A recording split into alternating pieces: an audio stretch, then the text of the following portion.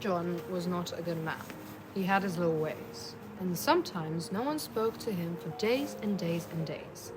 And men who came across him when walking in the town gave him a supercilious stare or passed with noses in the air.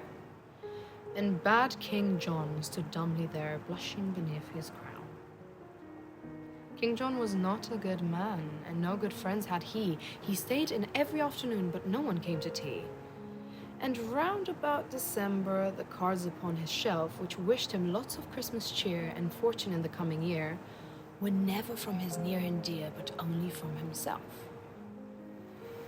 King John was not a good man, yet had his hopes and fears. They'd given him no present now for years and years and years. But every year at Christmas, while minstrels stood about, collecting tribute from the young for all the songs they might have sung, he stole away upstairs and hung a hopeful stocking out. King John was not a good man.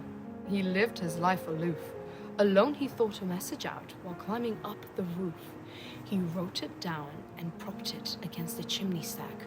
To all and Sunday, near and far, of Christmas in particular. And signed it not Johannes R., but very humbly Jack. I want some crackers, and I want some candy. I think a box of chocolates would come in handy. I don't mind oranges, I do like nuts, and I should like a pocket knife that really cuts. And oh, Father Christmas, if you love me at all, bring me a big red India rubber ball.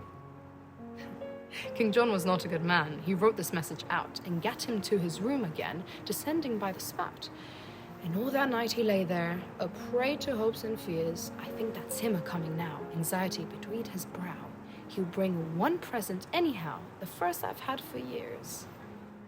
Forget about the crackers, and forget about the candy. I'm sure a box of chocolates would never come in handy. I don't like oranges, I don't want nuts, and I have got a pocket knife that almost cuts. But oh, Father Christmas, if you love me at all, bring me a big red India rubber ball.